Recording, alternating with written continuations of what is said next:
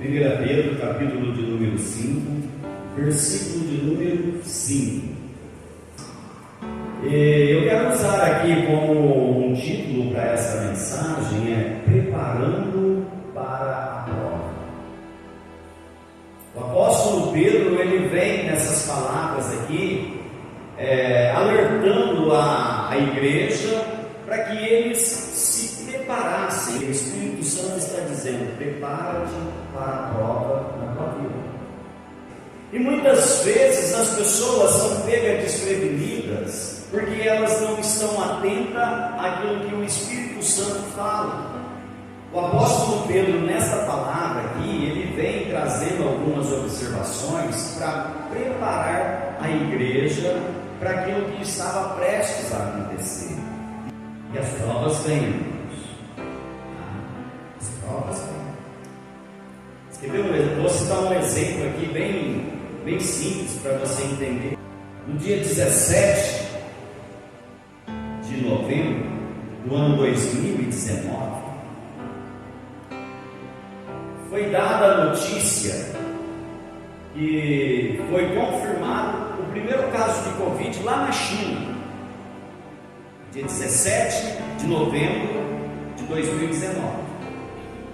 E a notícia então espalhou pelo mundo afora. E diante dessa notícia que chegou até nós aqui no Brasil, eu ouvi muitas pessoas dizendo: isso daí não vem aqui não.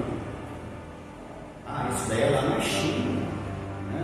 Não vai atravessar o mundo e vir aqui do outro lado. Foi coisas de 130 dias. No dia 27 de fevereiro de 2020, foi dada a notícia nas mídias brasileiras que foi confirmado o primeiro caso aqui no Brasil. Dentro de 130 dias, esse vírus atravessou o mundo todo e chegou até nós. Dentro de pouco tempo se tornou global, se tornou mundial isso daí. Muitas pessoas morreram. Aqueles que ignoraram isso acabaram morrendo. E assim é a prova também na nossa vida. A Bíblia vem de várias formas advertindo: prepara, prepara, prepara. O cristão, ele passa por provas, o cristão, ele passa por lutas, ele passa por problemas, mas ele tem que estar firme, porque Deus é a vitória, Deus é a solução, Deus é a saída, Deus é a nossa força, Deus é a nossa esperança. E muitas vezes ignoramos, preferimos muitas outras coisas por aí do que Deus. E Deus vem sempre advertindo, vem sempre alertando, assim como Pedro vem falando aqui: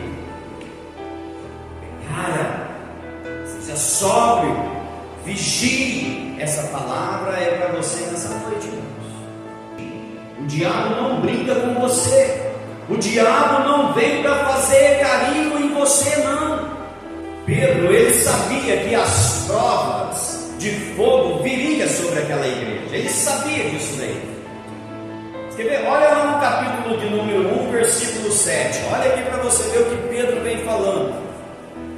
Ele diz assim, para que a prova da vossa fé, muito mais preciosa do que o ouro que perece e que é provado pelo fogo, se ache em louvor e honra e glória na revelação de Jesus Cristo.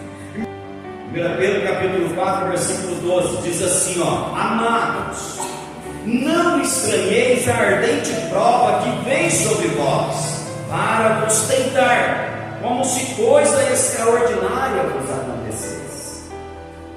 A primeira coisa que Pedro ensina aqui para a igreja é: sejam humildes. Vem dizendo aí no verso 5 até o verso de número 7. Semelhantemente, vós jovens, sede sujeitos aos anciãos, e sede todos sujeitos uns aos outros, e revestivos de humildade, Porque Deus resiste ao soberbo, mas dá graça aos humildes. Humilhai-vos, pois, debaixo da potente mão de Deus, para que a seu tempo vos exalte, lançando sobre ele toda a vossa ansiedade, porque ele tem cuidado de vós. Então, todo cristão de todas as idades devem, em primeiro lugar, sujeitar um ao outro. Este é o sinal de humildade. Jesus, para mostrar essa humildade, ele despiu da sua túnica, se vestiu com uma toalha, baixou aos pés dos discípulos e lavou os pés deles. O Salvador da glória. A segunda colocação que nós vemos aqui, que nós aprendemos com essa palavra, é que todos devem se sujeitar a Deus. Não se trata aqui de rebaixar e nem de ter uma imagem negativa de si mesmo, mas sim de não pensar em si mesmo e sim no propósito. Foi o orgulho que transformou Lúcifer em Satanás. Foi o orgulho que trouxe o desejo de poder para Lúcifer. Irmãos, entenda uma coisa: a cobiça pelo poder e o orgulho no coração de Eva fez com que ela perdesse a bênção de Deus, fez com que ela pecasse e fosse expulsa do paraíso. Então, quando a pessoa cobiça o poder, quando ela tem aquele desejo ali por poder, por fama, isso daí é sinal de que o coração dela é orgulhoso e Deus vai mandar problema, para que o coração dela seja humilde. Então lembre, quando vir a luta, quando vir a prova, lembre dessa palavra, seja humilde. Satanás, ele vai oferecer para as pessoas fama, reconhecimento, poder. Só que aí depois o diabo, ele tira até aquilo que ele não deu. Ele vai te manipulando, ele vai te levando, vai te dando poder, vai te dando reconhecimento. As pessoas começam a te bajular, as pessoas começam a te venerar, as pessoas começam a olhar e colocar você lá em cima. O diabo vai te dando isso daí, para tirar você da presença de Deus. E quando você sai da presença de Deus, o diabo vem e toma tudo aquilo que Deus te deu, tudo aquilo que você conquistou na presença do Senhor. A soberba da vida no coração da pessoa é sinal de mundanismo. O único antídoto para o orgulho é a graça de Deus, e recebemos quando nos sujeitamos ao nosso orgulho. O único antídoto para você vencer o orgulho é receber a graça de Deus. E isso acontece quando você sujeita ao teu orgulho, quando você faz a vontade. A segunda colocação que Pedro faz é ser vigilante. Primeiro, ser humilde. Segundo, ser vigilante. Porque hoje tem muitas pessoas que não estão vigilando. Estão caindo como um patinho na armadilha de Satanás. Estão caindo como uma bomba, né? Nas garras de Satanás, porque não vigiam. E aqui o apóstolo Pedro, ele vem falando aí no verso 8: sede sóbrio, vigiai, porque o diabo, vosso adversário, anda em derredor como leão bramando, buscando a quem possa tragar, ao qual resistir firmes na fé, sabendo que as mesmas aflições se cumprem entre os vossos irmãos do mundo. Sabe o que quer dizer a palavra sóbrio? É você estar com a mente, com a consciência tranquila. Quando ele fala que seja sóbrio, é você estar com a consciência tranquila. Vigie.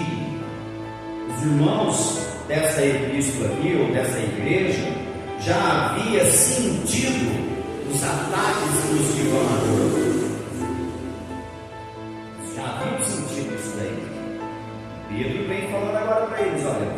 porque vocês já sentiram aí o ataque do difamador. E quem é o difamador? É Satanás. Ele vem para difamar. Ele vem para colocar a pessoa lá embaixo. Primeiro ele exalta a pessoa, leva a pessoa lá em cima. Depois ele joga a pessoa lá embaixo para ele pisar em cima. E aqui os irmãos da igreja já tinham experimentado várias difamações. As pessoas ali, os inimigos, né, da igreja ali, já tinham se levantado e difamado aqueles irmãos. Porque provavelmente a igreja não estava vigiando o que eles estavam fazendo. E o diabo já tinha levantado pessoas ali para difamá-los. E Pedro vem agora advertindo: vigiem, porque tem pessoas difamando vocês. Igreja, essa palavra é para você também nessa noite. Vigie, porque o diabo tem colocado pessoas de olho em você para te difamar. O apóstolo Paulo diz lá para a igreja de Roma: quem tentará acusação contra os eleitos de Deus? É Deus quem os justifica, quem os condenará? Então, quando você vigia, quando você é sóbrio, quando você está na presença de Deus, se Satanás levantar acusadores contra a tua vida, o Senhor Jesus Cristo te justificará.